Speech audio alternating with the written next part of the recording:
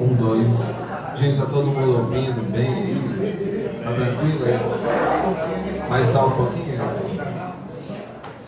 Vamos ver se o som tá chegando bacana, assim.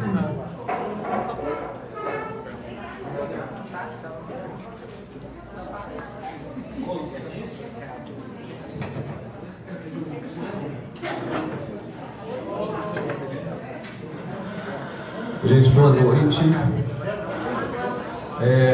Primeiro, gostaríamos de agradecer ao espaço que o Curim tem nos reservado, toda terça, na terça esquerda. É um espaço privilegiado aqui em Venda Nova, de debate político, de fazer essas reflexões acerca da questão política, das questões sociais aqui de Belo Horizonte e do país. Ok? Então, agradecer a todos já que estão aqui. Hoje nós trouxemos duas convidadas que vão discutir a questão do legislativo e os movimentos sociais. Então, primeiro, nós temos a Isa, ela vai se apresentar, nossa candidata do PSOL, da corrente Resistência, é uma das correntes do PSOL. Isa Lourença está aqui conosco, uma salva de palmas para ela. E depois também temos a Áurea Carolina, atualmente vereadora de BH, também candidata a deputada federal do PSOL, há muitas, mas no movimento muitas, e também pedimos uma salva de palmas para a Áurea. E aí, gente, elas vão ter um momento de fala e logo após tem as questões que as pessoas podem levantar para discutir com elas, Elas vão tratar desse assunto, do legislativo e os movimentos sociais. E vou passar a palavra para a Isa, logo depois para a Áurea. Elas vão se apresentar e fazer a apresentação, ok? Obrigado. Boa noite. Boa noite. Primeiro eu quero agradecer também Sérgio, Breno, Nilton, agradecer aí o espaço do Curim, agradecer não só pelo convite de estar aqui, mas também por manter esse espaço de diálogo vivo, por manter um debate na perspectiva de esquerda viva aí numa região tão importante aqui de Venda Nova para a cidade. Então esse tema do legislativo na perspectiva dos movimentos sociais. Eu tenho 24 anos, sou Isa, como o Sérgio falou, e desde os 17 eu sou aí ativista dos movimentos sociais. Comecei no movimento estudantil, então na minha primeira gestão do centro acadêmico, que era com a Camila, que está sentada ali, e depois o diretório acadêmico, depois fui coordenadora geral do Diretório Central dos Estudantes da UFMG, que é onde eu formei jornalismo recentemente, e também dos movimentos sociais, Também fui parte aí das organizações do 8 de março, das lutas pela vida das mulheres, e não só das mulheres, mas o nosso calendário de várias lutas em defesa da nossa vida. Então, das lutas do movimento LGBT, da luta dos movimentos pelas vidas negras, também fiz parte de muitos movimentos, faço parte de muitos movimentos desses. E agora sou candidata a deputada estadual, pelo PSOL. Eu vejo que a Assembleia Legislativa, a Câmara Federal, mesmo a Câmara de Vereadores, o parlamento em si, a gente ocupar a vaga nesses lugares, eu vejo como um importante apoio para as lutas que a gente toca. Eu acho que é uma forma que a gente consegue fazer ecoar nesses espaços institucionais, a gente consegue fazer ecoar a voz que vem das ruas, né? A voz que vem da nossa luta diária aí em defesa dos nossos direitos. Então, assim, imagina para as nossas lutas, para nós que estamos lá no movimento social todos os dias lutando, ter uma deputada que realmente proponha que a gente tenha políticas concretas de combate à violência contra a mulher. Por exemplo, propor que no estado de Minas Gerais a gente de fato crie casas-abrigo para atender mulheres vítimas de violência, ou para atender a população LGBT que muitas vezes é vítima de violência em suas casas, que muitas vezes é expulsa de casa. Então isso é uma forma de a gente fazer ações concretas e a gente pode impulsionar através de lutas conquistar isso. Imagina a gente propor que realmente, a gente fiscalizar o Estado que realmente cumpra a Constituição, né, que é 25% do orçamento tem que ser destinado à educação, e hoje não é. Tem muitos anos que isso não é aplicado no estado de Minas Gerais. Então a gente tem uma deputada que consiga propor que não dá para ônibus circular sem cobrador, como hoje é feito na região metropolitana e em Belo Horizonte. Então, assim, ou mesmo propor passe livre estudantil para desempregados, a tarifa zero, enfim. Então, ter representantes nesses poderes que potencializam as lutas que a gente já faz todo dia, porque a gente já faz luta contra aumento de passagem, a gente já faz luta em defesa da educação, a gente já faz luta contra a violência contra a mulher, enfim. Então, ter representantes nesses espaços significa potencializar a nossa luta. E eu acho que isso é muito importante. Assim, utilizar as ferramentas dos mandatos para a gente potencializar as lutas que a gente já faz cotidianamente, sabe? Porque também precisa utilizar as ferramentas do mandato, porque é verdade que sozinhas não basta eu ser eleita e ir lá e propor. Porque sozinha a gente não consegue, né? Sozinha a gente já sabe que a gente tem que enfrentar muita coisa e a gente não consegue aprovar projetos progressivos, projetos que realmente façam diferença na nossa vida. Então, a gente precisa ter um diálogo, a gente precisa estar junto com os movimentos sociais que estão dispostos a marchar, que estão dispostos a lutar, que estão dispostos a ocupar, se for preciso, para a gente conquistar as nossas demandas. E eu acho que é fundamental a gente, em todas as nossas demandas, assim, todas as votações que surjam nos poderes legislativos, no poder institucional, a gente sempre ter um primeiro diálogo com aqueles que são os primeiros, os mais afetados com alguma medida. Então, por exemplo, eu acredito que para qualquer coisa que se for votar sobre educação, por exemplo, a última palavra é da categoria que está ali todos os dias e que vai ser afetada por alguma medida que for mudada na educação. Então, a primeira coisa que a gente tem que fazer é procurar lá a categoria, procurar os professores, procurar os educadores e dizer o que vocês acham sobre esse projeto. Acho que isso é fundamental. Isso da mesma forma com os trabalhadores da saúde, com os trabalhadores da educação, que a primeira coisa que a gente tem que fazer sobre qualquer projeto que for aprovado em relação a qualquer categoria que trabalha em Minas Gerais, a primeira coisa que a gente tem que fazer é escutar o que essa categoria tem a dizer, porque ela vai ser afetada todos os dias com esse projeto, com qualquer projeto, com qualquer medida. Então, as experiências de mandato aberto, de mandato participativo, que a gente tem aqui na Gabinetona, né, com a Áurea, com a Cida, as muitas, o PSOL, hoje na Câmara de Vereadores, acho que elas são fundamentais, elas são muito importantes para a gente pensar isso. O mandato só faz sentido se ele for aberto. E porque a gente vai ter muitos embates, né?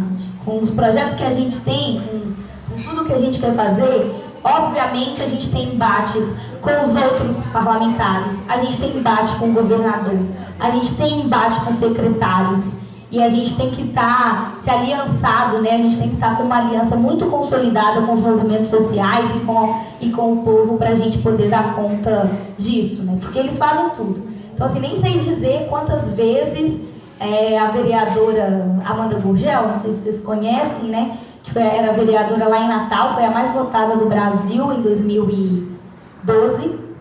Não sei dizer quantas vezes ela sofreu a ameaça de ter seu mandato cassado, porque ela denunciava todas as falcatruas que eles faziam lá dentro. Então é uma política hoje, é uma política violenta, né? É violenta nesse aspecto, é violenta também no aspecto físico, né? Por eles, o projeto deles e infelizmente o recado que eles quiseram dar a todas nós com a execução da Marielle foi que eles querem eliminar a gente desses espaços, porque não é lugar para nós e porque a gente incomoda, então eles querem eliminar. Então, a única forma da gente conseguir, né, tá lá, a gente conseguir fazer ecoar nossas vozes nesses espaços, é a gente multiplicando mesmo, como a gente tem feito no Brasil inteiro. Eu vejo que essa é a única forma. E fazendo a política que se faz apoiada no que é verdadeiro, sabe? Apoiada no que é verdadeiro mesmo, sem repetir erros, sabe? Sem achar que depois que a gente chega ao poder, a gente pode secundarizar as nossas lutas, achar que a gente pode abrir mão dos movimentos sociais para poder priorizar a institucionalidade. Eu acho que essa política aí, né, de optar pelo caminho mais fácil, de acordos, dar com uma mão, tira com a outra, acho que provou aí nesse último período que não termina bem, né?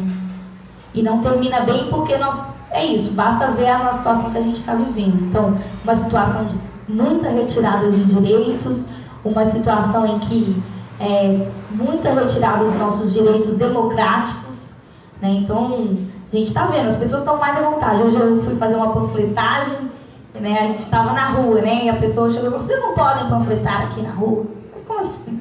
Eu não posso panfletar na rua? É óbvio que eu posso panfletar na rua, porque esse é um direito democrático. Então, mas as pessoas estão à vontade para dizer esse tipo de coisa, né? Então a gente tem visto muito isso.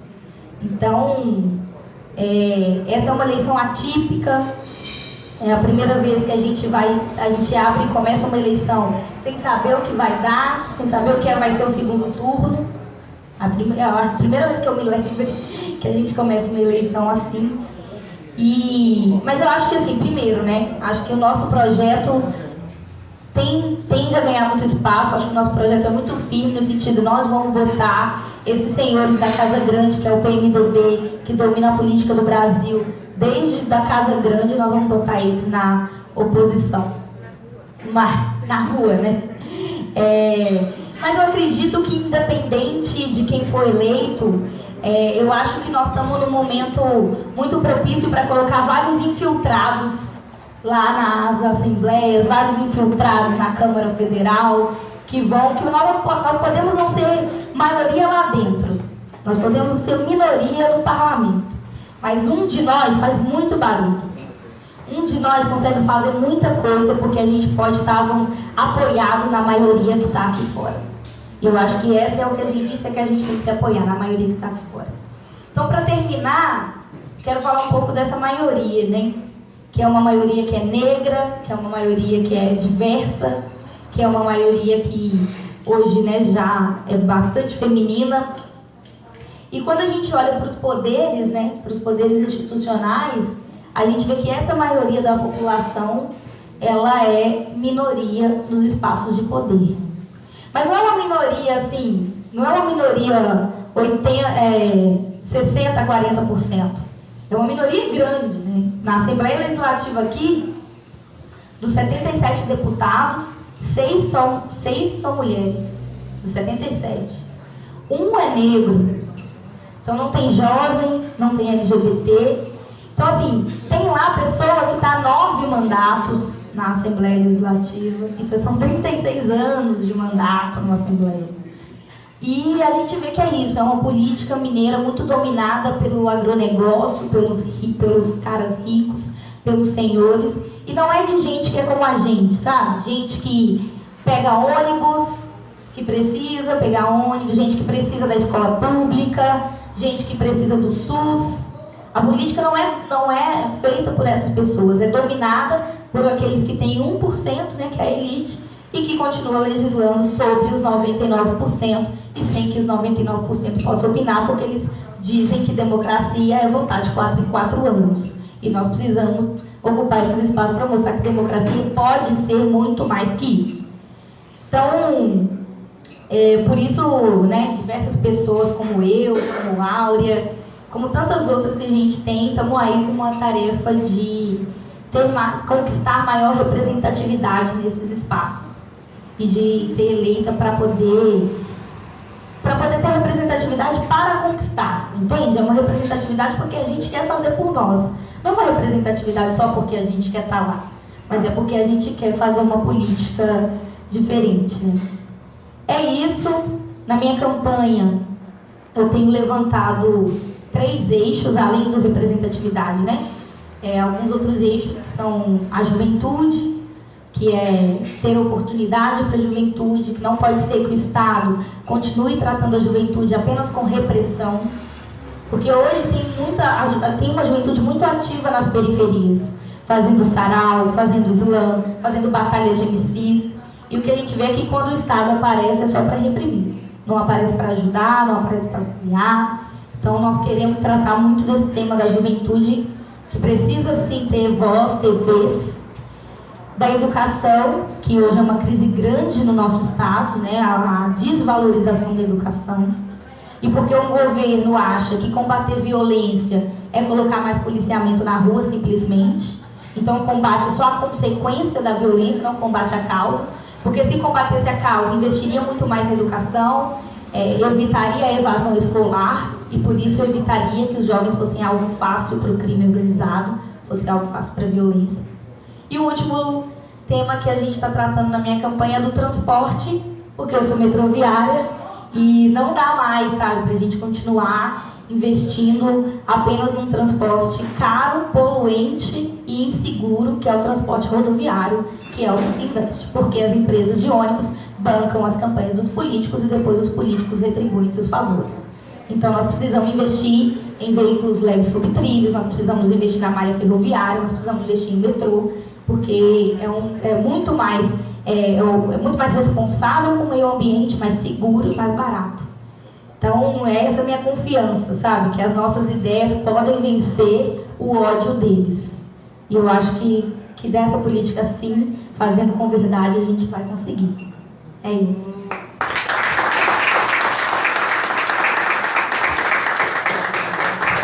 Maravilhosa, Isa Lourença! Muito orgulho, Isa, de estar aqui com você.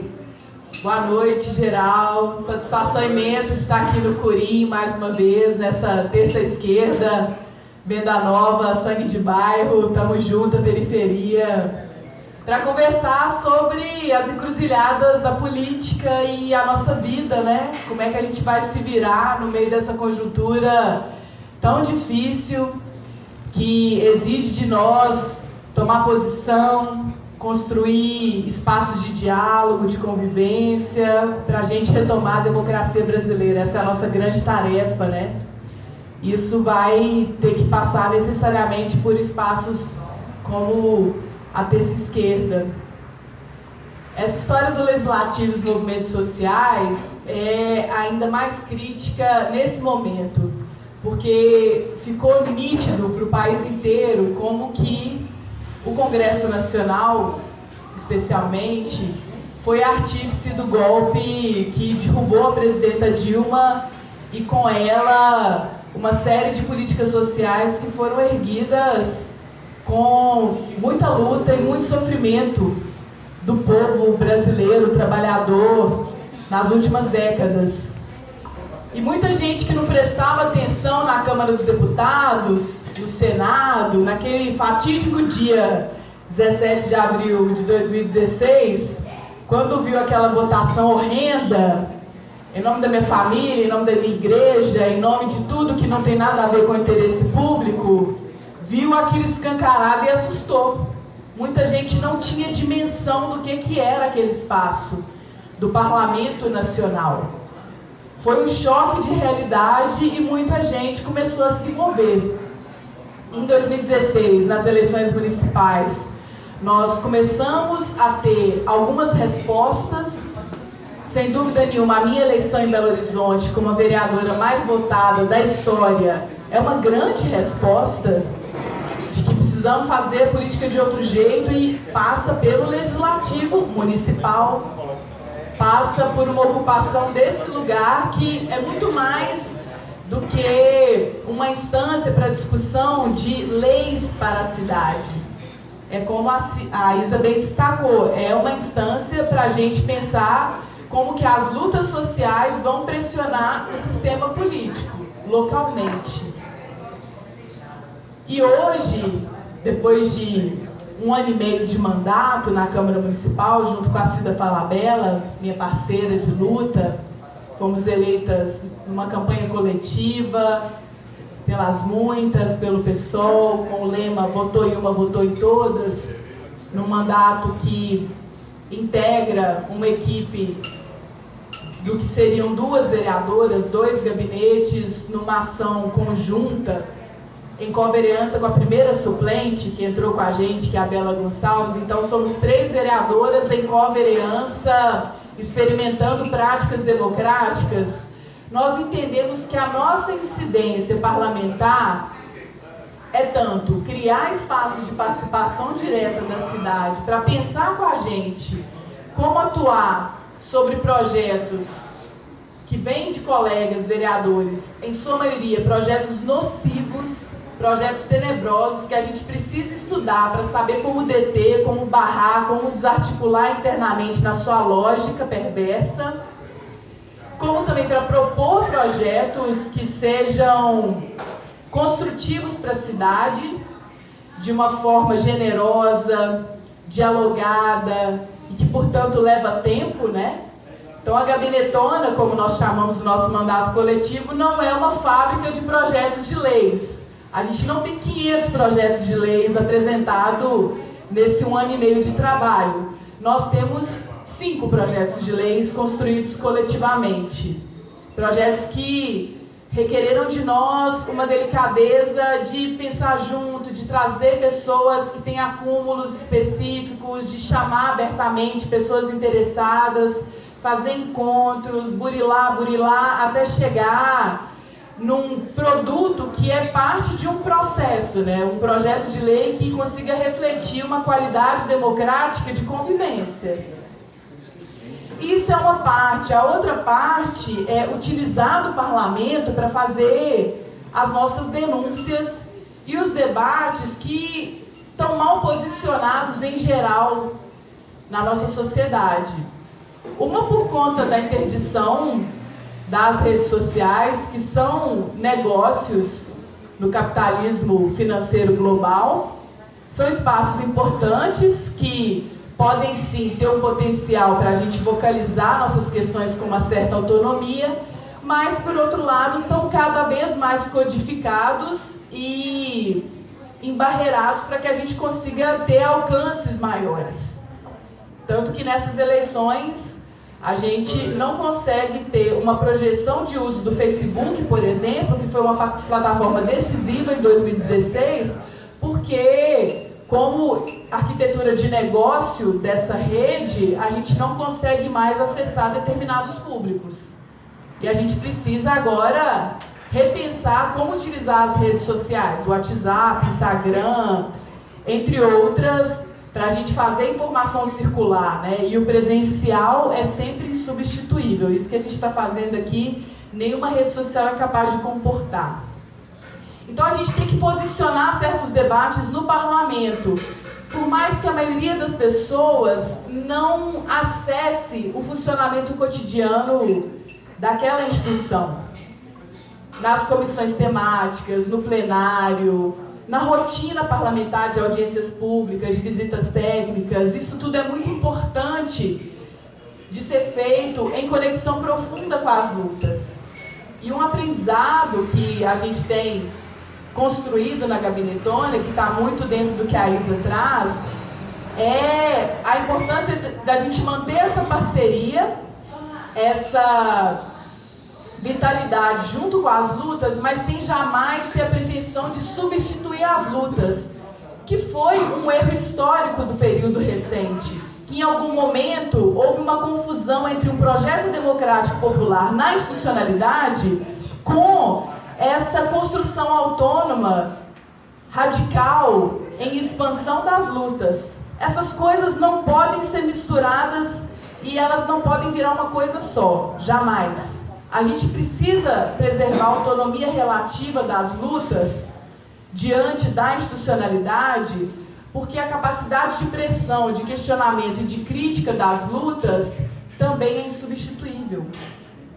Quando a gente está lá na Câmara Municipal, as pressões internas de burocratização, de acomodação, de emburrecimento da lógica institucional podem passar por cima desse outro lugar criativo, mais ensolarado, mais arejado das lutas. E é importante a gente olhar para isso com atenção e generosidade também, porque, em certa medida, foi um pouco o fio da meada que a gente perdeu nos últimos anos no Brasil.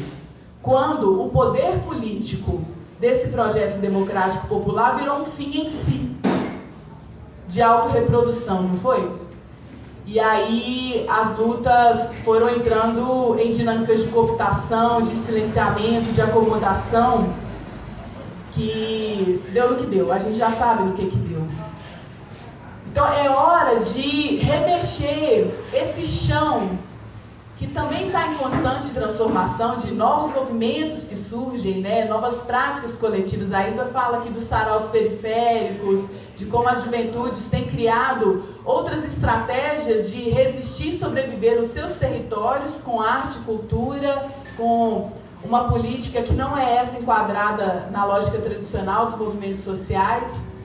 Como tudo isso também coexiste com os movimentos mais duradouros, como o movimento sem terra, movimento mais recente dos trabalhadores sem teto, movimentos do campo, de luta por moradia, de luta pela resistência cultural, por mobilidade urbana, novas matrizes de organização das lutas, mas que certamente continuam de um legado, um histórico que vem de muito antes, né?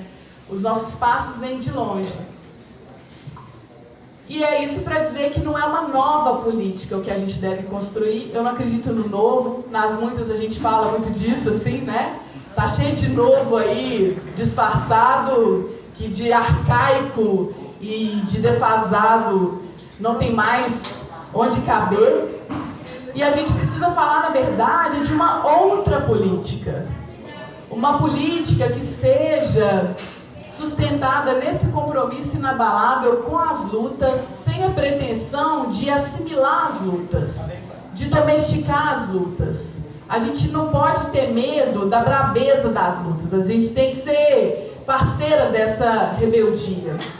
E a institucionalidade precisa, diante dessas provocações das lutas, dar respostas cada vez mais consequentes.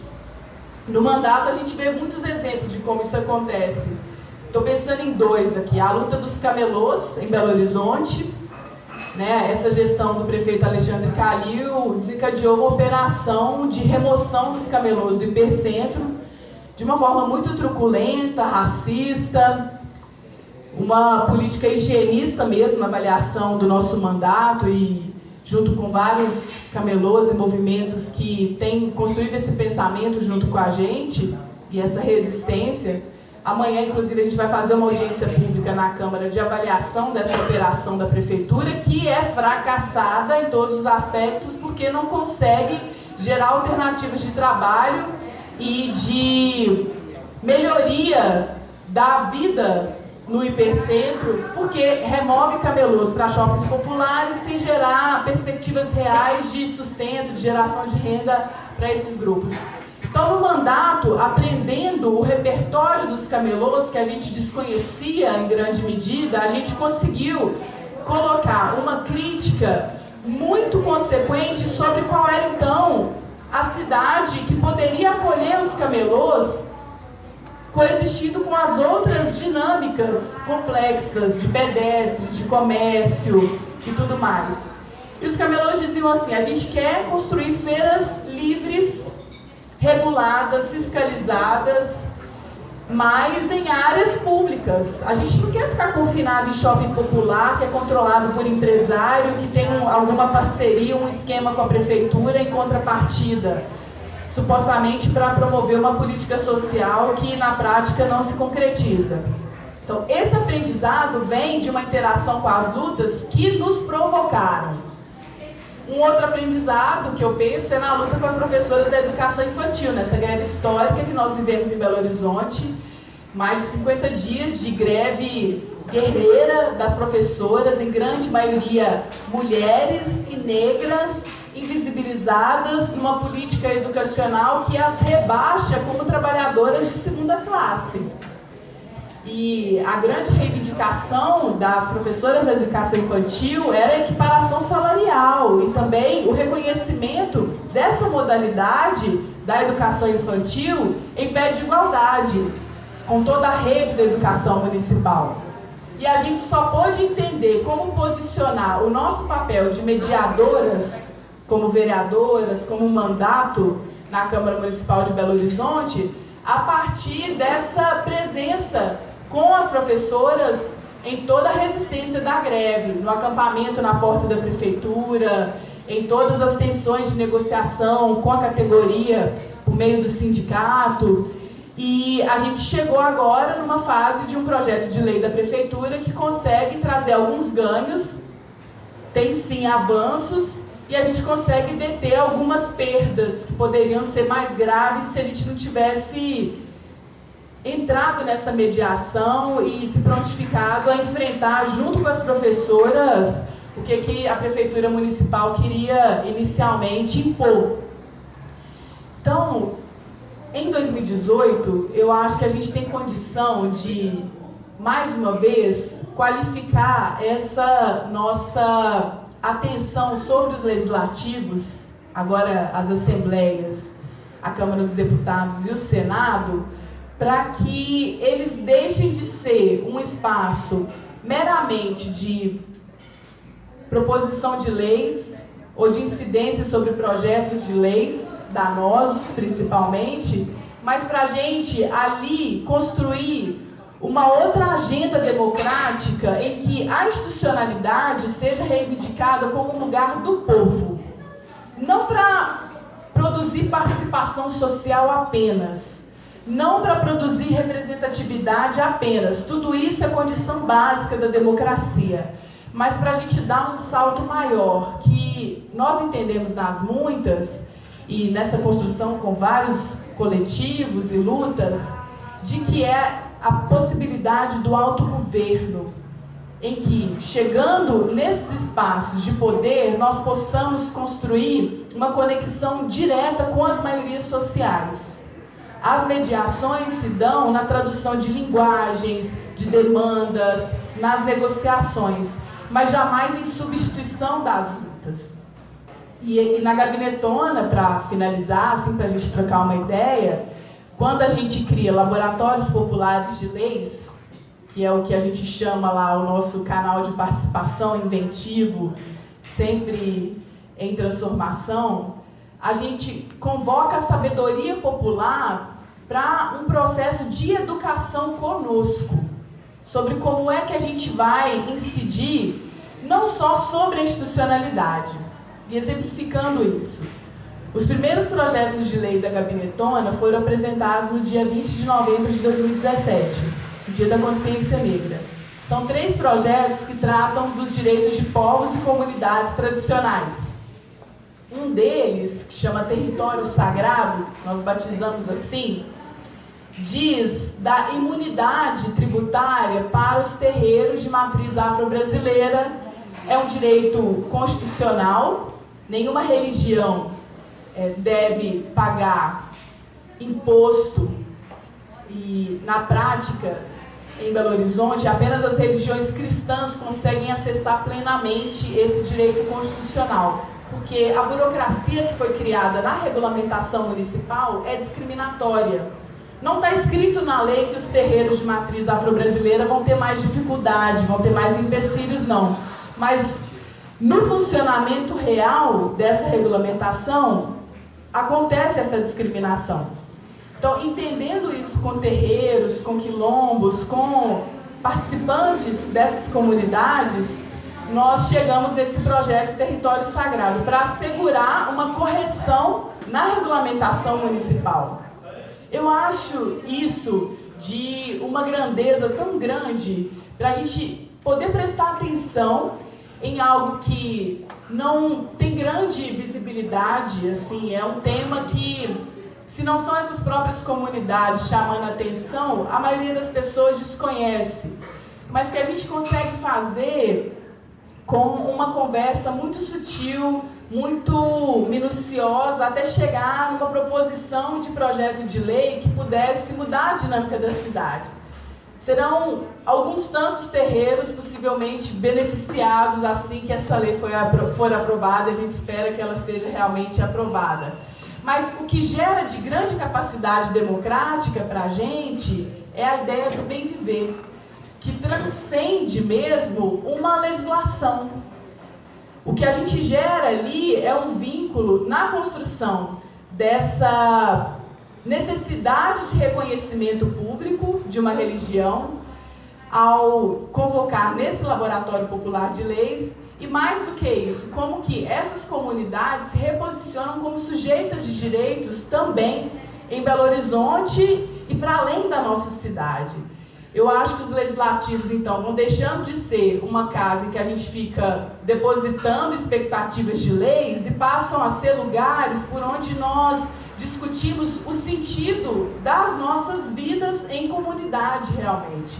E eu acho que é essa a transição histórica que a gente está fazendo no Brasil, e eu espero que nessas eleições de 2018 a gente consiga dar uma resposta mais à altura desses nossos sonhos, desses nossos desejos. É isso, gente. Muito obrigada.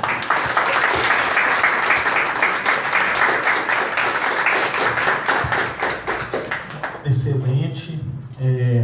Nós já temos aqui algumas pessoas inscritas para fazerem perguntas. E tem uma que escreveu a pergunta dela, eu acho que ficou um pouco tímido de vir aqui. É uma pergunta do Daniel Cardoso, eu vou ler a pergunta dele. A gente pode fazer um bloco, eu leio a dele, chamo mais duas pessoas, e aí depois a gente devolve para vocês e responde os três de uma vez. Aqui, Aura, se você quiser fazer alguma anotação. Então, a pergunta do Daniel é a seguinte: tem se falado sobre gabinetes no Legislativo com gastos mínimos, ou seja, Estado mínimo, mas acredito que uma política que chegue verdadeiramente nas pessoas é necessário investimento. Gostaria que vocês falassem sobre isso, da importância de se fazer política para as pessoas e desmistificar esses mitos. A próxima pergunta vai ser do Sérgio. E depois o Samuel. Então, vem aqui, por favor, que fica mais fácil de aparecer. Bem, eu acho que a pergunta que foi feita anteriormente tem um pouco a ver com o que eu vou perguntar, e que em algum momento a gente já conversou sobre isso, tanto com a Isa, a Aula também, é sobre o papel do parlamentar nesse processo, né? A gente tem atualmente construído um parlamentar que se aproveita do espaço, né, até para enriquecimento pessoal, para modificação da própria vida, né, vira uma carreira. A proposta que vocês trabalham, né, é de um modelo parlamentar diferente que a Áurea já vem experimentando aqui. Eu acho que a Isa também, né, tem essa perspectiva, e eu gostaria que vocês falassem sobre isso, até com a relação mesmo com o dinheiro, com as questões que se espera de um parlamentar, que se cobra do parlamentar, mas que vocês não pensam que seja da mesma forma como é atualmente. Agora, Samuel, por favor.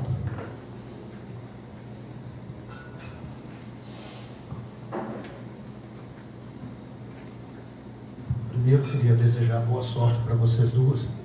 Tá? Espero que a gabinetona seja exportada. Vou fazer uma pergunta que eu entendo pouco e gostaria que vocês, como mulheres, falassem mais sobre isso. Quando eu era adolescente, existia uma deputada, primeira vereadora, que ela continua sendo, que era a Jo Moraes. Era uma das poucas que defendia o direito das mulheres. E eu lembro que eu tinha uma posição que eu pensava assim, puxa vida, mas que mulher cansativa. ela não muda esse discurso, essa pauta. E eu tenho que dar meu braço a torcer, porque nós estamos falando de 30 anos depois e muito pouco se avançou nessa questão. Eu queria lembrar, por exemplo, que nós tivemos a Jô Moraes lá no parlamento. E, ao mesmo tempo, nós tivemos Davina Pereira, tivemos Júnia Marise, tivemos Danusa Dias Fortes, que nunca saíram da Casa Grande para poder conhecer a Senzala, né? Então, retomando essa questão das políticas afirmativas, queria lembrar como foi a última eleição municipal, que nós tivemos aqui a Áurea eleita, e tivemos no Rio de Janeiro Marielle eleita, tivemos lá em São Paulo a Sânia Confim eleita, depois a Isa Pena entrou no negócio. Eu queria entender qual que é essa perspectiva. E outra coisa, só retomando a questão da mulher. Lá na Câmara, tem muita gente falando, vocês devem estar escutando, que estão defendendo a família padrão, por exemplo. Só uma pauta interessante. Gente, por que a família padrão hoje, se ela não é uma mulher normalmente solteira, negra e com um filho para cuidar e que o pai já foi embora? Eu queria que vocês falassem um pouco. Obrigado, Samuel. Eu vou aproveitar a deixa, porque eu me inscrevi para a pergunta também, e a minha pergunta tem muito a ver com o que foi levantado pelo Samuel. Então, já para aproveitar, eu já vou falar de uma vez. O debate que a gente teve nos presidenciáveis da Rede TV, o ponto alto dele, que mais repercutiu depois, foi um embate entre a Marina Silva e o candidato Jair Bolsonaro. E ali, eles tentaram, no pouco tempo que eles tinham para falar, abarcar várias coisas, mas ficaram dentro dos principais temas que mais estão sendo discutidos hoje, que é a questão do desemprego e a igualdade das mulheres na sociedade, porque todos os candidatos estão com as suas pesquisas vendo que as mulheres ainda são o maior público dentre os eleitores indecisos. Então eles estão tentando focar nisso aí para ganhar os votos delas. O Jair Bolsonaro, por questão ideológica dele, ele nega a necessidade do Estado intervir nisso, intervir com políticas para promover essa igualdade, que principalmente no mercado de trabalho. Ele acha que a política dele, Estado mínimo, o Estado não tem que intervir e o próprio mercado que tem que resolver isso. A Marina Silva fez um contraponto, porém ela foi para um lado emotivo, mas ela não apresentou nada de proposta concreta sobre como promover essa igualdade.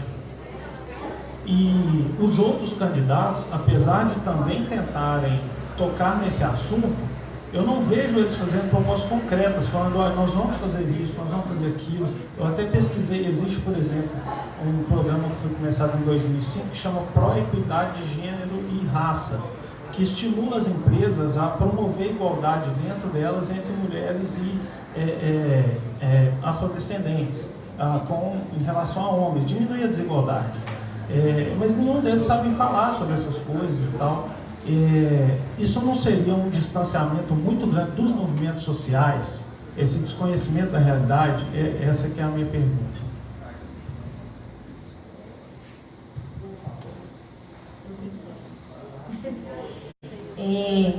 A primeira pergunta é do Daniel. Do Daniel, e eu acho que é do Sérgio, elas casam muito, né? Porque é muito comum também a gente ver confusões nesse âmbito, assim. Porque uma coisa tem que ser a gente discutir os privilégios dos políticos. Isso é uma coisa que é isso, né? Não dá pra gente aceitar que os políticos recebam um salário que ninguém na sociedade trabalhadora, ninguém dos trabalhadores da sociedade recebe. Não dá para o cara, além de um salário de mais de 20 mil reais, continuar recebendo auxílio moradia, auxílio roupa e etc. Né? Transporte, tudo que eles recebem.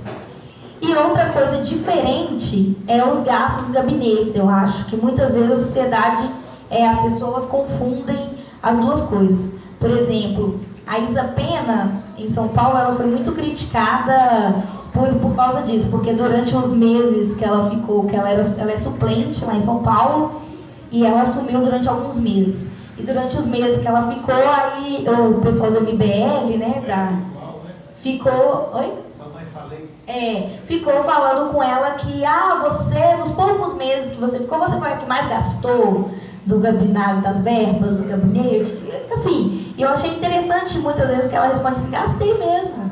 E eu gastei porque o dinheiro é para o povo, e eu, poucos meses, eu me orgulho de ter feito projetos que fez a gente gastar verbas, porque é para isso que ela serve, né? Para a gente fazer política com elas, é para a gente poder chegar onde a gente chegar. Ela fala assim, a primeira coisa que eu fiz foi uma cartilha contra o machismo, e foi por isso que eu gastei o dinheiro, e eu acho muito importante ter feito isso, porque a gente conseguiu chegar em várias mulheres que ainda não tinha esse debate de gênero, e a gente conseguiu, através dessa cartilha, chegar em várias pessoas. Então, acho que isso é um exemplo muito importante do que é isso, né?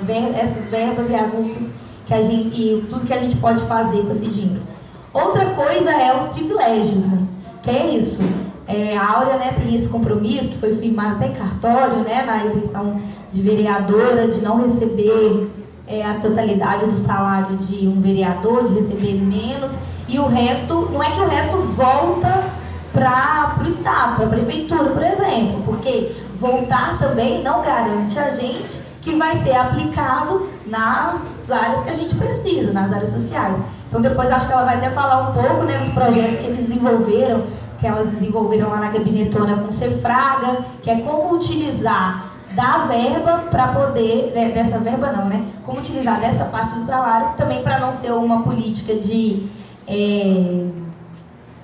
tipo compra de pessoas, né? Assim, você faz uma doação aqui e a pessoa fica amarrada a você, que também não pode ser isso. Mas como que a gente pode utilizar dessa sobra do salário que não vai se receber tudo para apoiar as lutas das pessoas que estão aí se movimentando? Então, acho que isso é muito interessante. E uma outra coisa que eu acho interessante, que aí eu acho que é uma luta que a gente pode fazer institucionalmente até, que é a redução de benefícios. Assim, não é justo, entende? Que um deputado receba um auxílio moradia gigante, enquanto várias pessoas não têm casa para morar. Assim, não é justo isso. Enquanto eles têm casa, continuam recebendo. Então, essa luta eu acho que é possível fazer institucionalmente, sim. Além dessa perspectiva que a gente tem, acho que é importante fazer luta institucionalmente para diminuir aí, para acabar com os benefícios dos políticos. O Samuel fala uma coisa interessante, né, das mulheres, e é isso, muitas vezes a gente escuta, né, isso, assim, mas toda vez que você vai falar, você tem que falar de mulheres. É lógico, porque todo dia eu passo por uma situação de machismo, então todos os dias eu necessariamente preciso combater o machismo na minha vida, eu preciso combater o racismo na minha vida, eu preciso combater a LGBTfobia na minha vida, porque todo santo dia eu passo por uma situação dessa, seja no trânsito, seja no trabalho, seja na escola, seja na rua, seja em casa, através das redes sociais, a gente passa por uma situação. Então, com certeza, eu acho que a situação é isso, né? A discussão sobre as mulheres, a gente tinha uma perspectiva de que só vai pra frente. E realmente tem avanços. Então, por exemplo, se você pensar que há alguns anos atrás as mulheres não podiam votar, a gente conquistou o direito ao voto, ótimo. E a gente pode se candidatar, ótimo. E a gente tem várias candidatas, ótimo. Agora, quantas candidatas mulheres são eleitas? Aí não é ótimo, que é menos de 15%. Então, assim, é isso. Nos candidatamos, não somos eleitas. Então, acho que essa é uma discussão fundamental, assim, né? Com aqueles que são... Hoje é a moda, né? Já tem uns anos, assim, que é moda defender a família, né, na eleição. A defesa da família. Que eu até ia dar um exemplo, assim, só se for a família da novela, né? Que é aquele casal branco, heterossexual e tal. Mas nem as novelas mais são tão conservadoras quanto a ideia de família dessas pessoas, né? Então, quando começa já esse discurso, né, as pessoas, defesa da família, eu já sei que, na verdade, ele está fazendo um discurso camuflado de LGBTfobia, ele está fazendo um discurso camuflado de mulher submissa, e que essa mulher submissa, inclusive, não se enquadra em nenhum aspecto das mulheres negras, porque são as mulheres negras que têm que bancar a vida toda na nossa casa, que muitas vezes é a que banca a casa toda. Tendo ou não tendo marido, muitas vezes, inclusive. Então não se adapta à nossa vida de forma nenhuma. Assim. É isso, acho assim. Acho que por fim, eu tenho uma impressão hoje que o Jair Bolsonaro, por que ele não está preocupado, né, com discutir avanço para as mulheres, com ganhar esse público feminino? Inclusive porque o público que faz ele ser grande é o público masculino, né? E eu acho que ele não está preocupado realmente porque ele representa uma reação aos poucos avanços que a gente teve. Então, o que o Jair Bolsonaro representa? Ele representa uma reação ao avanço objetivo que a gente teve, que foi uma incorporação melhor no mercado de trabalho.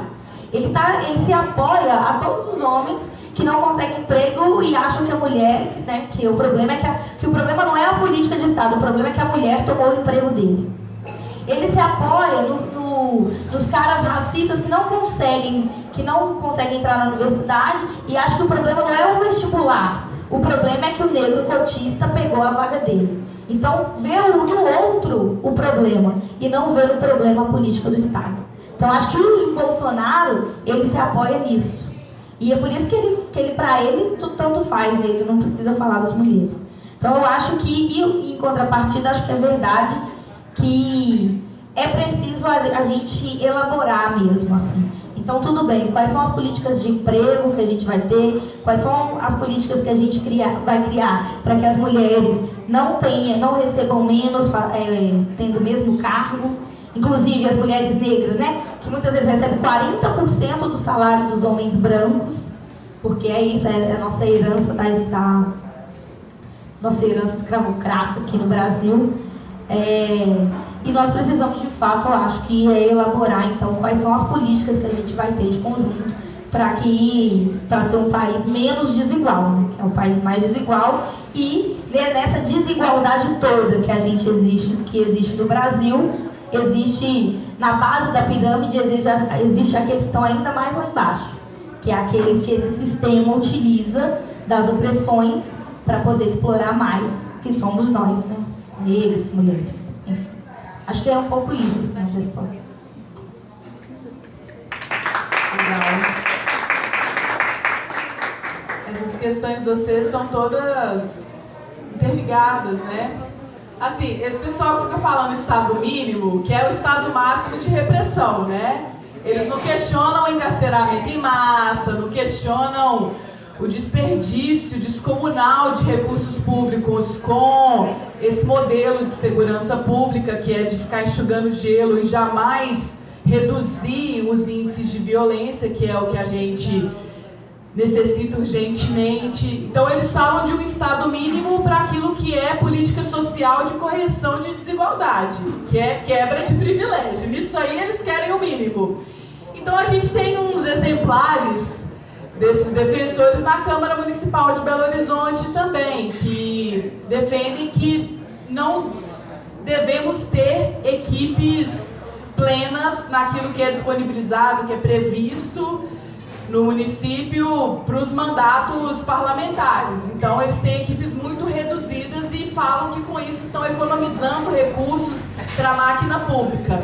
Na gabinetona, nós não acreditamos nisso. Nós defendemos uma gabinetona, gigantona, grandona, para a política social, para a correção de desigualdades. Quanto mais, melhor.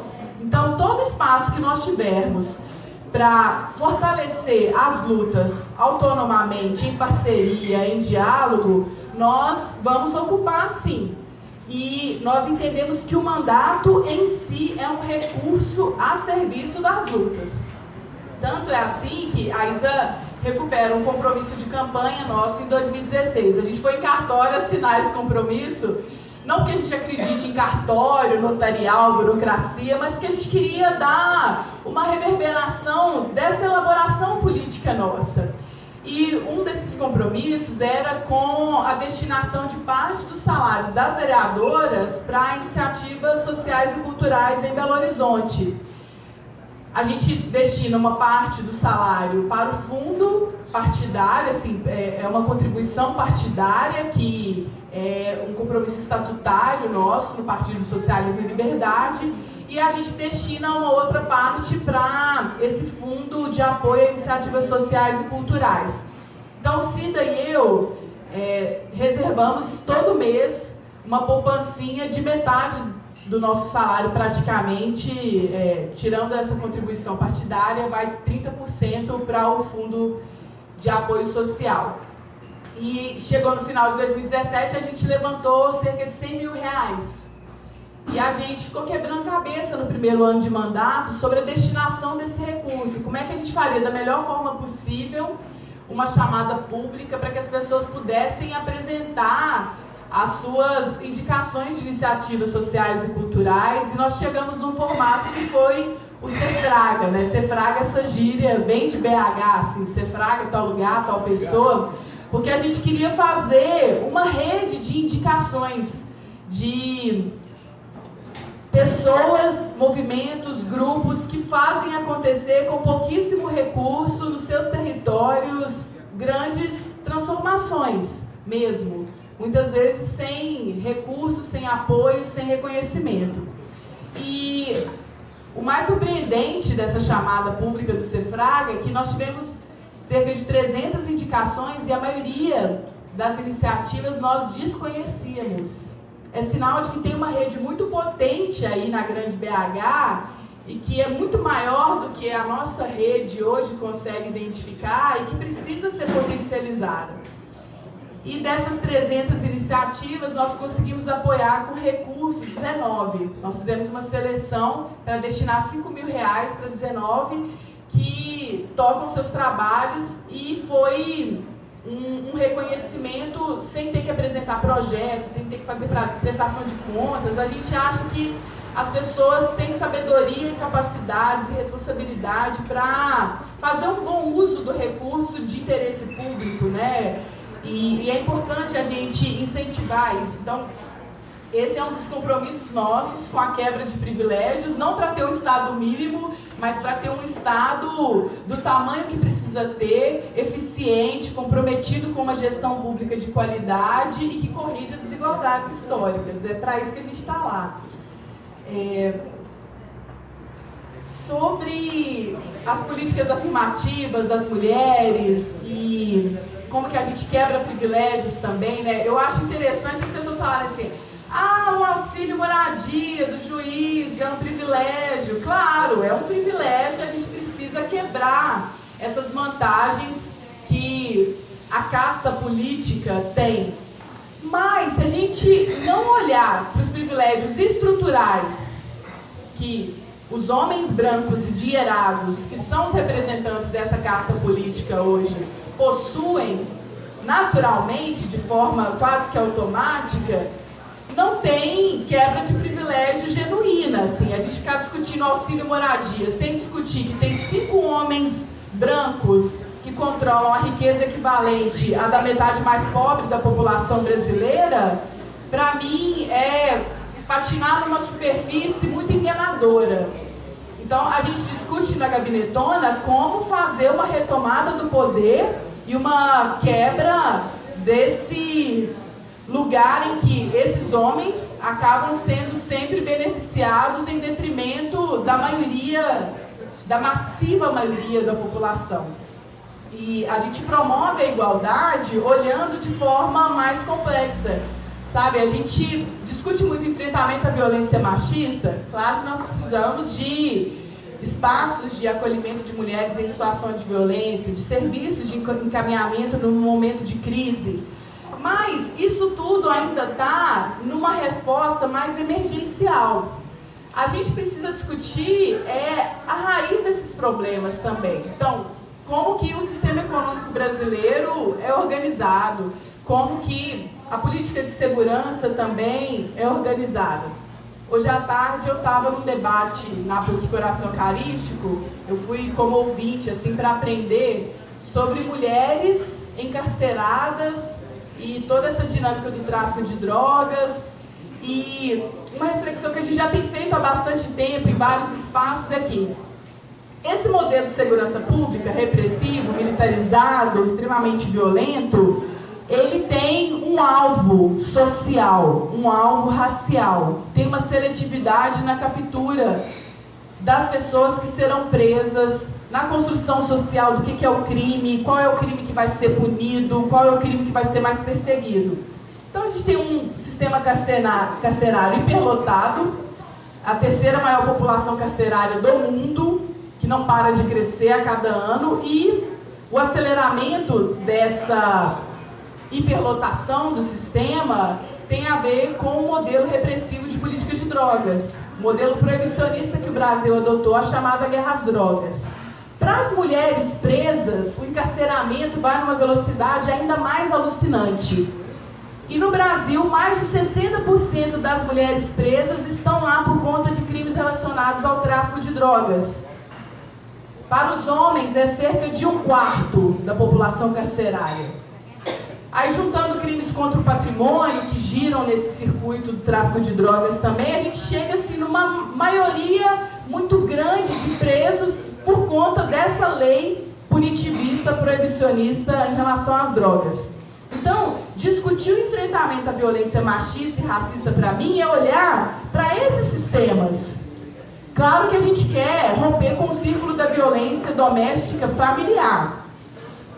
Mas isso ainda é uma pontinha de uma violência social estrutural muito mais pesada. Então, se a gente quer enfrentar a violência machista e racista no Brasil, a gente tem que legalizar todas as drogas, regulamentar todas as drogas, a gente precisa enfrentar o Estado penal, a gente precisa desmilitarizar a polícia, a gente precisa de mediação de conflitos, de práticas restaurativas, de uma segurança cidadã, por exemplo. E normalmente não se vê esse debate de segurança pública como uma luta feminista, como uma luta antirracista, né? A não ser nos circuitos feministas e antirracistas que já estão fazendo esse debate há muito tempo. Mas no senso comum da sociedade, isso ainda não é visto como uma causa de emancipação das mulheres e da população negra. Então, eu estou muito preocupada com isso ultimamente, assim, discutir privilégio, tá, do auxílio moradia, nós estamos fazendo, mas nós estamos muito além. A gente quer discutir uma outra sociedade, a gente quer o bem viver, a gente quer enfrentar o agronegócio, a gente quer enfrentar a mineração, porque esses modelos econômicos são predatórios e causam danos e sequelas, sobretudo para as mulheres negras indígenas, para os povos quilombolas, para as comunidades tradicionais, né? Então, assim, a gente tem que dar uma reviravolta no nosso olhar e também nas nossas práticas políticas.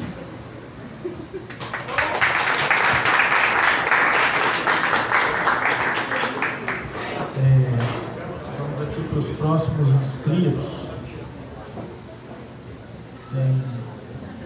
Tem mais 3 pessoas.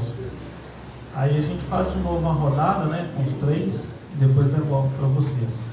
Então, o primeiro é o professor Milton. Depois tem o Cesário e a Luísa também. Então, professor, primeiro, por favor, o Cesário e a Luísa já vão se preparando aí para logo em seguida participar aqui também.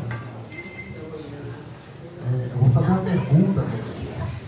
Na verdade, quando o Daniel fez a pergunta, eu acho que vocês duas pegaram aquilo que eu queria que vocês respondessem. É mostrar um pouco a lógica de como funciona a gabinetagem. Como é que vocês fazem o uso do recurso, né? Isso é muito interessante, muito inovador.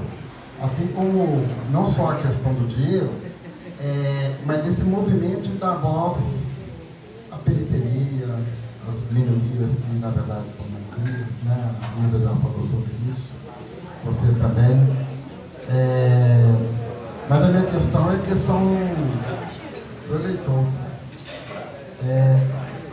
Eu queria, todo mundo está me perguntando assim, quantos órgãos elas precisam?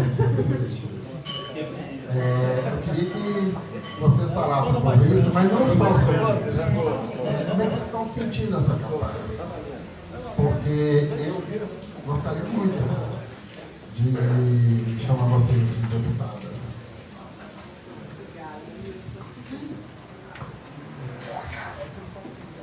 Eu também quero chamar vocês de deputados. Será um prazer recebê-los aqui como deputadas também. Serão sempre bem-vindas. Próxima pergunta, então, Cesário.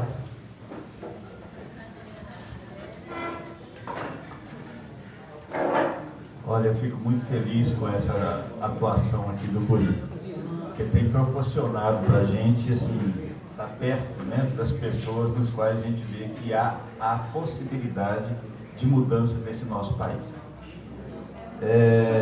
Mas eu quero colocar uma questão. A questão que eu quero colocar é o seguinte: até você, viu, Áurea, você colocou um pouquinho dessa questão já. Nós temos hoje a direita se posicionando muito abertamente. Muito abertamente. Ela hoje não só botou a cabecinha para fora, ela se colocou inteiramente para fora. Está lá a gabinetona, né? Inclusive tem um filho que participa, que está lá junto com vocês, que é o Gabriel. E aí o seguinte, nessa situação em que a direita está se colocando tão assintosamente, porque antes, se a gente pega aí a década de 70, de 60, de 70 e 80, era meio feio você falar que você é de direita, era horroroso. Hoje não, hoje falar que você é de direita é bom. A gente vê aí o Instituto Milênio colocando isso muito abertamente, né? Ou seja, hoje falar que você é de direita passou a ser uma situação de fato boa. Essa questão, então, para mim, ela é preocupante. Para mim, ela é preocupante. Tá um pouco disso aí, está na questão que ela colocou, a questão do Bolsonaro, sabe? Ou seja, para mim, ele é um zero à esquerda, só que ele tem por debaixo dele, ou por detrás dele, toda essa máquina violenta da direita. E aí, o que nós temos? O que é pensado? Como é que legislativamente pensamos sobre isso? Sabe? E, para finalizar, eu estou aqui com a minha companheira, que ela tem me cutucado, né, o tempo inteiro. Por mais que a gente levante a bandeira, né, contra a questão do machismo, etc. e tal, muitas vezes, por mais que a gente levante a bandeira, a gente ainda pega. Por isso que é importante a colocação sua, extremamente importante, né? E ela, ó, cutuca elas lá. Ela recebeu o seguinte: a Camila Freire, né? Já não se fazem mais mulheres como antigamente. Homens ainda fazem. Esse é o problema. Ok? Só o seguinte, por favor. Hoje eu estou um pouco emotivo. Tá? Eu vou aproveitar um pouco o espaço aqui para falar um pouco sobre isso. Perdi um grande amigo. Em 1972, em 1972, o sonho meu e desse amigo era irmos para a guerrilha do Araguaia. Esse era o nosso sonho. E ele faleceu ontem, né, à noite. Foi um grande lutador, um comunista de fato. Tá? E por que chamou isso também? Estou um pouco emotivo por causa disso. É o Zé Feijão, o pessoal inclusive de Venda Nova, viu? Participou da Unavem na década de 70, tá? 80, tá? Faleceu ontem. Amanhã a gente vai estar fazendo o velório dele lá na Igreja Nossa Senhora da Glória, no bairro 1º de Maio, tá? Um pouquinho emotivo por causa disso. Obrigado, nossos sentimentos aí, sentimos muito realmente a perda. Eu vou passar agora para a Luísa para fazer a pergunta. Olá, boa noite. Eu tenho acompanhado essa questão dos conflitos dos imigrantes, dos refugiados, e toda vez que eu tento fazer um trabalho ou participar de alguma forma, essa questão é por meio da igreja. Então, qual é a dificuldade, o que vocês estão fazendo para isso ser, assim, nada contra a igreja, né? Mas porque eu acho que não é a gente tem que ser totalmente discutido isso. E existe uma hierarquização também com relação aos imigrantes e aos refugiados. Alguns são bem aceitos, outros mais ou menos, outros não. Os afrodescendentes, a gente sabe que tem uma aceitação menor, agora os venezuelanos, né? Como discutir isso com a sociedade, como, né, isso é posto assim como lei. Obrigada. Obrigado, Luísa. Gente, antes de devolver aqui para elas responderem, eu vou só falar o seguinte: tem aqui um material de campanha, para quem quiser, tá disponível, quem quiser pode pegar, viu? A gente não lembrou de falar antes. E daqui a pouco o Corinho vai servir para a gente um caldo de mandioca reforçado. Já pode ir preparando a mesa aí, e é 0800, viu, gente, na faixa para todo mundo. Então daqui a pouco vai estar servindo aí. Logo que a gente acabar aqui o nosso bate-papo, eles vão servir para a gente. Então, quem vai começar?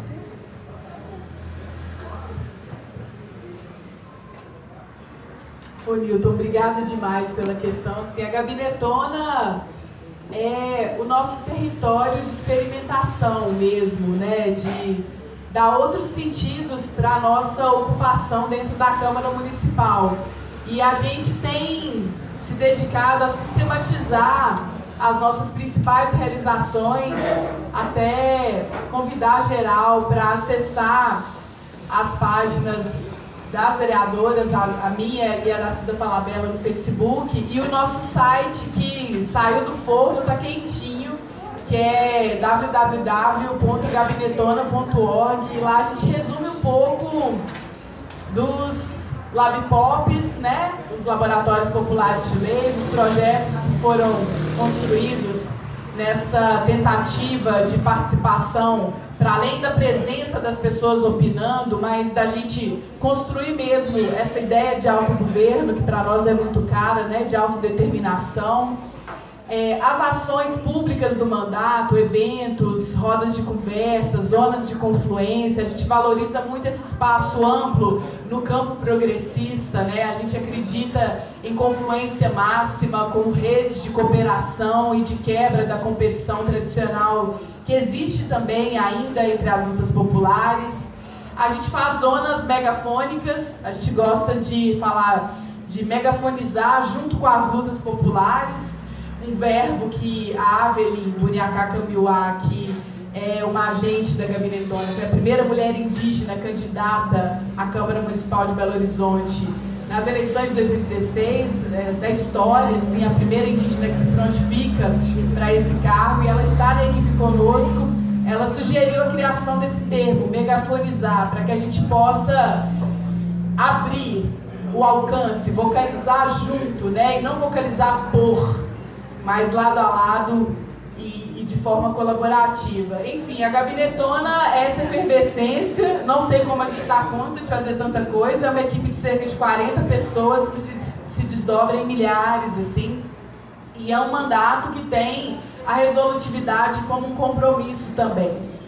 E eu falo sempre, cada dia de mandato é menos um dia de mandato, porque a gente tem prazo para terminar, né? A gente tem entregas para fazer em tempos de golpe, em tempos de tantas urgências, de violações de direitos. A gente precisa fazer da nossa passagem ali a mais consequente possível para as demandas da cidadania que nos chegam.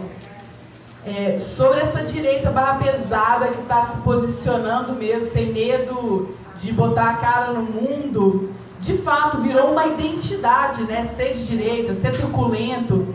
Essa semana eu fui conversar com um vizinho meu e ele falando assim: não, eu vou votar no você de novo e vou votar no Bolsonaro também, porque eu sou armamentista.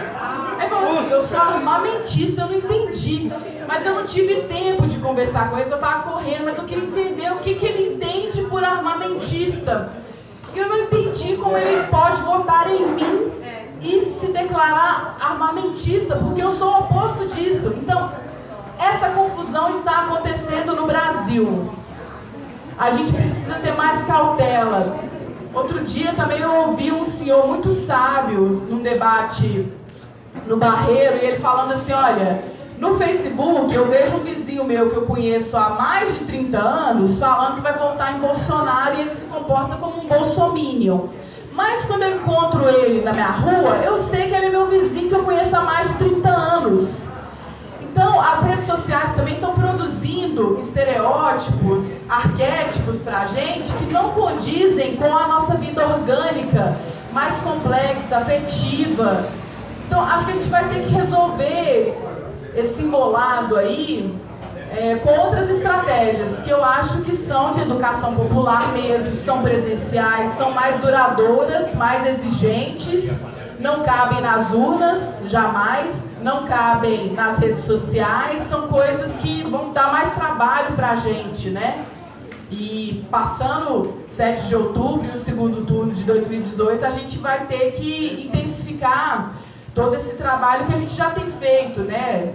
E aí, realmente, as mulheres, como antigamente, estão cada vez mais escassas, graças às deusas, né? As lutas feministas têm alcançado muitos espaços, tem uma geração nova de mulheres jovens, principalmente periféricas e negras, que tem se colocado com muito mais abertura sobre essas causas. A gente viu agora, né, Isa, na mobilização nacional pela descriminalização do aborto, uma ação que está pautada no Supremo Tribunal Federal, em conexão com o debate na Argentina pela legalização do aborto. Então, a gente vê uma emergência muito forte, e é só questão de tempo para o aborto ser legalizado no Brasil, eu não tenho dúvida disso. Essas coisas não vão retroceder, por mais que essa direita raivosa continue aí querendo avançar. E eu acho que esses ataques vêm justamente porque a gente tem conseguido avançar com muita coisa, assim, que é de revolução cultural. Quando uma ideia chega e ela arrebata a gente, né, é difícil fazer isso retroceder, a não ser com muita lavagem cerebral, assim. Então, eu acho que eles estão preocupados em como fazer um domínio colonial das nossas mentes. E salve Zé Feijão, né? Salve a sua presença aí, essas lutas que são históricas. E sobre os migrantes e os refugiados, assim, essa é uma luta que a gente está começando a reconhecer no nosso país, né? É muito recente mesmo. De fato, as igrejas católicas, assim, as várias paróquias são os principais espaços hoje de acolhimento, de dar uma resposta de direitos, né, de proteção para essas comunidades. Eu acho muito importante que tenha esse lugar, mas de fato a gente precisa trazer outros lugares para fazerem juntos uma rede de apoio, né? Uma rede cidadã transnacional. A gente quer quebrar as fronteiras do Estado Nacional, esse Estado não serve.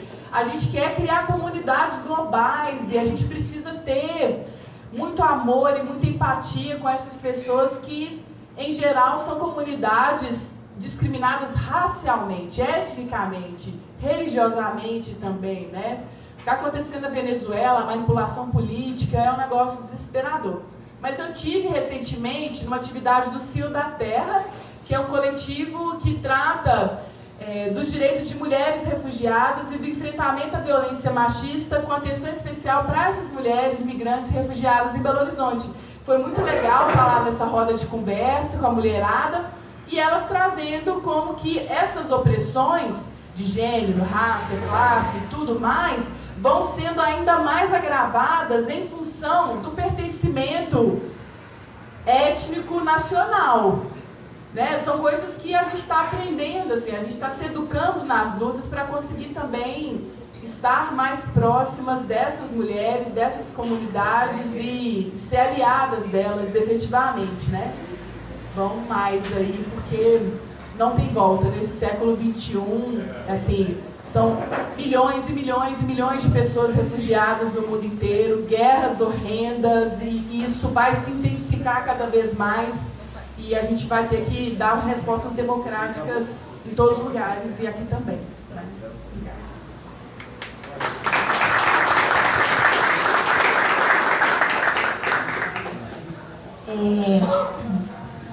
vou falar também na ordem das questões, né? Acho que quando o Newton traz essa questão do voto, né? Acho que é uma questão importante, que a gente também sempre se depara com isso, né? E a gente fala, olha, nós estamos nessa campanha para vencer.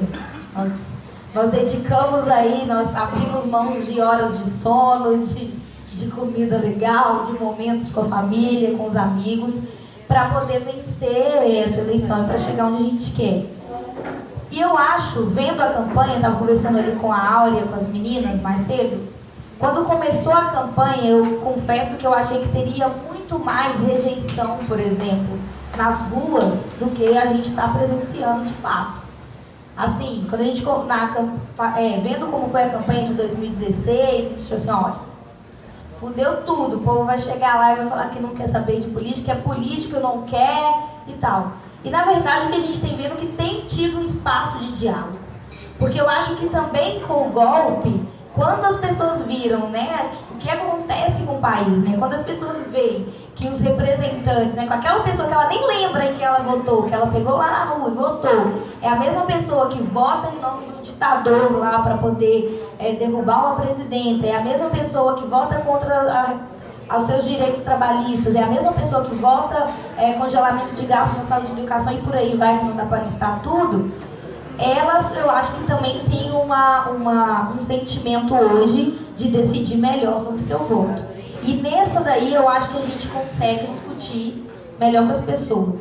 É claro que muita gente ainda tem, né, vou votar nulo, vou votar branco, porque nada serve. É claro que isso existe e é forte.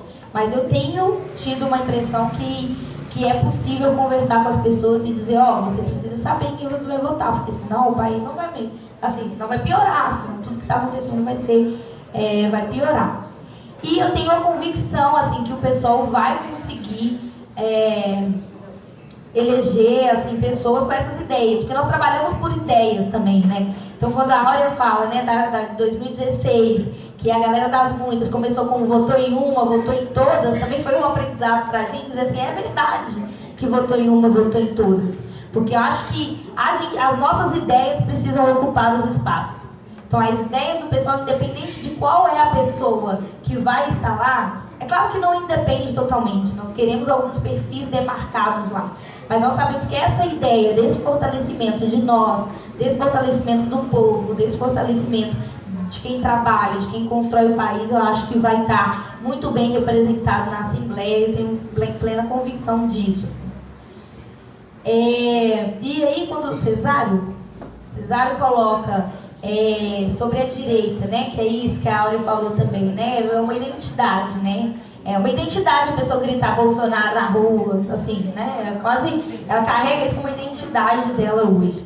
E acho que as pessoas se sentirem à vontade com se falar né, se colocar como direita, o avanço disso, sem dúvida, foi a partir do golpe. Então, assim, quando se estimula, né, que as pessoas vão para a rua lá, com a camisa do Brasil, que com todos os elementos misóginos que foram colocados para derrubar a Dilma, né, com aquelas várias imagens ridículas, passou-se, fortaleceu essa ideia, a ideia do ser de direita. E eu vejo que a gente precisa, por outro lado, nos apoiar em também a juventude que continua ativa nas periferias, assim, que continua ativa fazendo coisas. E se a gente se apoia nisso, eu acho que a gente consegue cerrar um punho aí, né, contra a direita abrindo essas asas aí, né.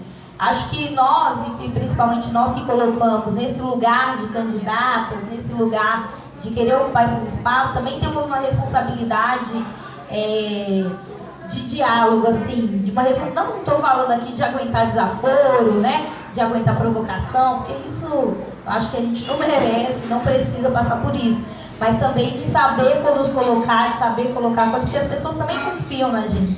Então eu tenho, por exemplo, alguns amigos de ensino médio que vão votar em mim e provavelmente é isso, né, querem votar também no Bolsonaro.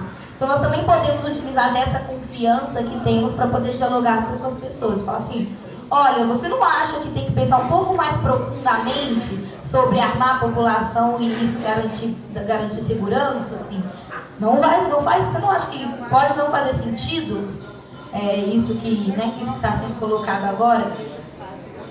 Então acho que a gente pode utilizar esses espaços.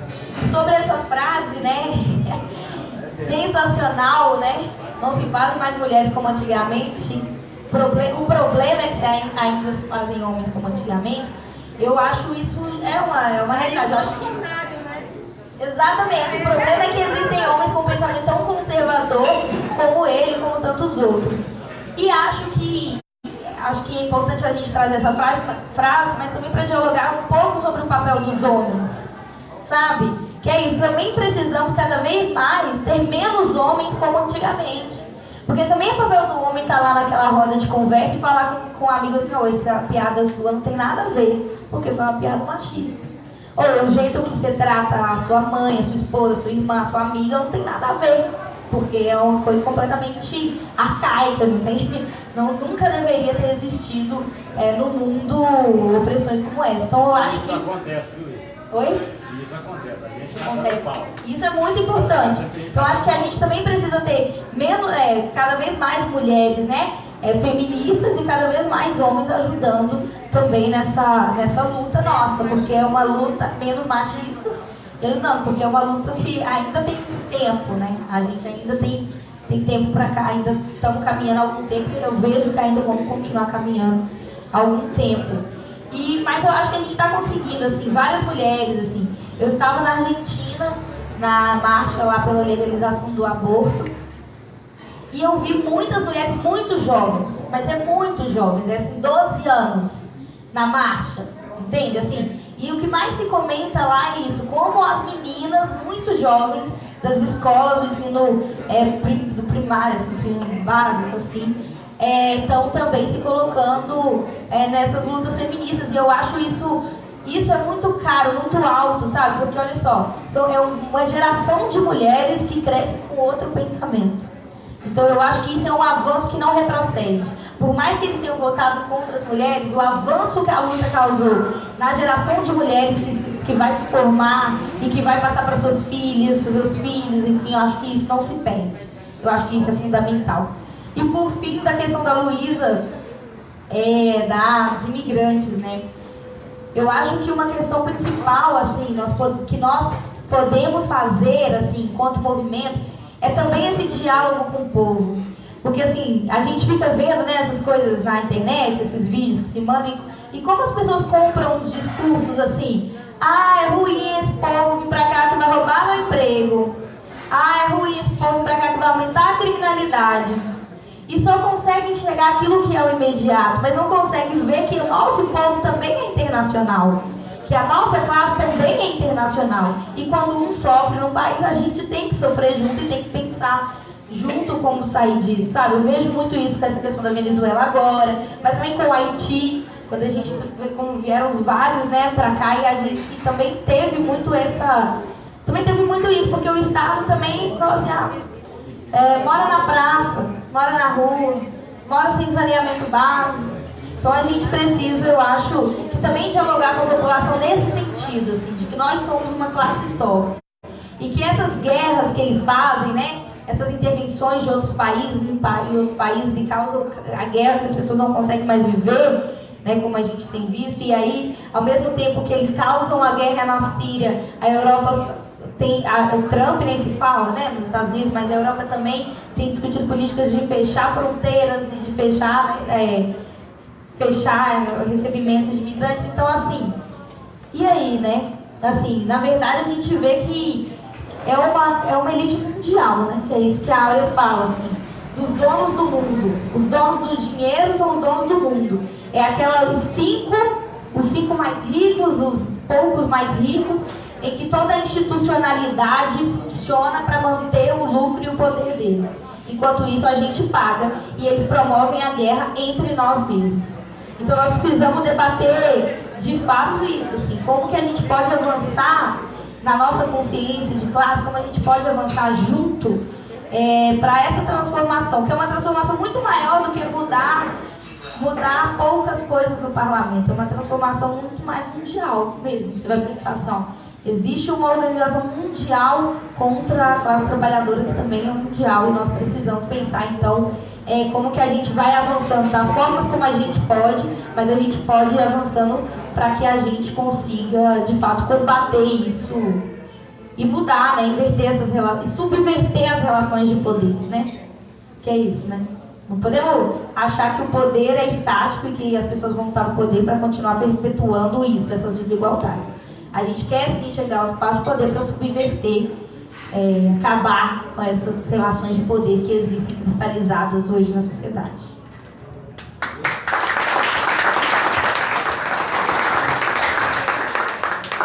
Bom, gente, já vamos finalizando aqui o nosso bate-papo e eu vou dar só mais alguns recados.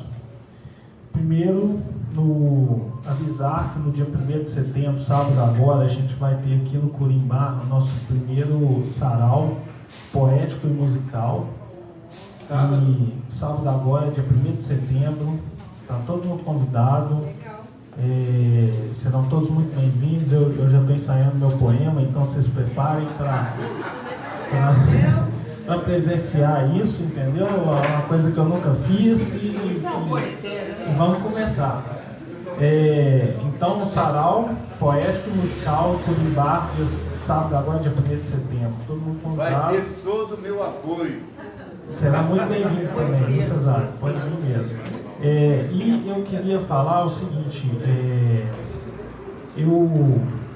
a gente está organizando lá na UFMG, na Faculdade de Direito. Quinta-feira agora a gente vai ter um seminário que vai ser lá no TRT. A gente está recebendo aqui essa semana um professor da Universidade lá do Uruguai, que é especialista em estudos da dívida pública. E aí ele vai falar um pouco para a gente sobre os impactos da dívida pública nos direitos sociais como um todo.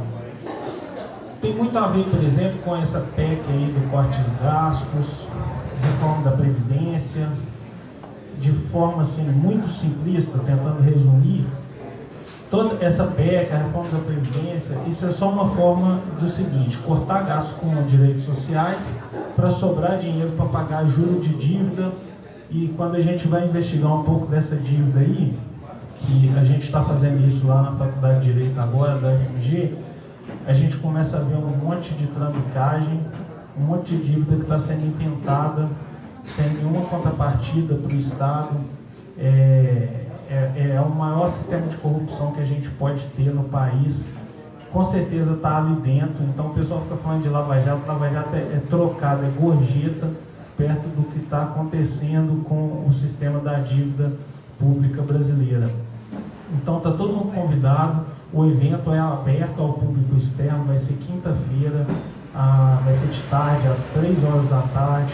Quem tiver interesse pode entrar no site do TRT, que logo na primeira página do site tem a divulgação do evento e tem um link para fazer uma inscrição com o público externo.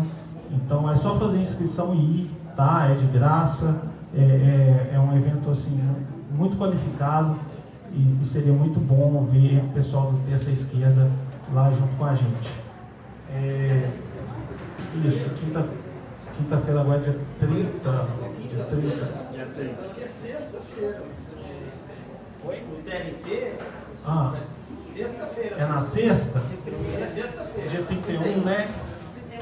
Eu até tinha aberto. Tá, deixa eu conferir aqui.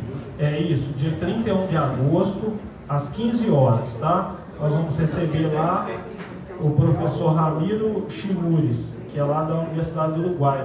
Ele é cofundador e coordenador de uma rede de cátedras internacional sobre estudos da dívida, que envolve pesquisadores de várias universidades de vários países do mundo já, e a UFMG está entrando nessa rede de cátedras. Então é uma coisa excepcional, muito importante mesmo a gente discutir. O caldo já está sendo servido aí, tá? E agora nós vamos aqui, nossa forma de agradecer a presença das nossas convidadas. A Bebel vai entregar um presentinho para elas. E, como de praxe, nós vamos chamar todo mundo para juntar aqui, porque nós vamos fazer uma foto e pode vir, ficar todo mundo, sempre dá certo, tá? E quem ainda não curtiu nossa página, curte lá na rede social para ajudar a gente a divulgar o nosso evento. Gente, muito obrigado mesmo à presença de todo mundo, muito obrigado à Isa, muito obrigado à Áurea. Esperamos recebê-las mais vezes aqui, estamos sempre com portas abertas. Obrigado a todo mundo e agora vem para a gente tirar a foto. Pode vir, galera. Eu dou 19. 19 espectadores. Você errou no meio da transmissão, aí eu comecei hoje. Deve começar você.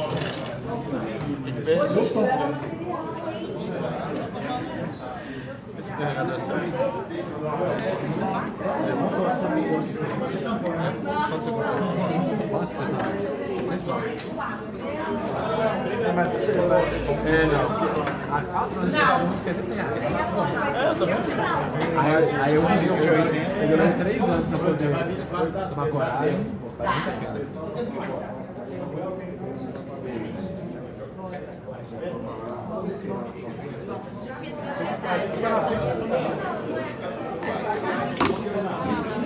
Vai ouvir gente aqui pra trás. Mas vocês pra frente. Não, vocês vão pra frente.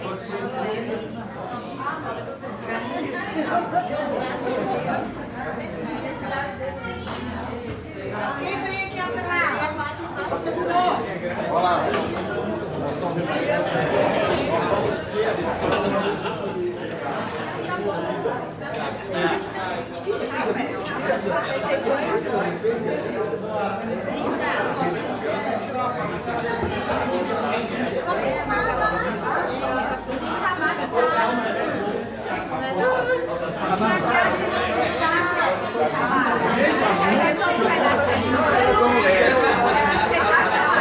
Aí, agora pega todo mundo. Vem, Samuel. Mas já passou, gente. Valeu. Vamos lá. Agora eu vou tirar a meia. Não, dá-lhe bolos. Dá-lhe Áurea, dá-lhe Isa. Dá-lhe Lula ali. Aquela pra foto mais bonita. Opa!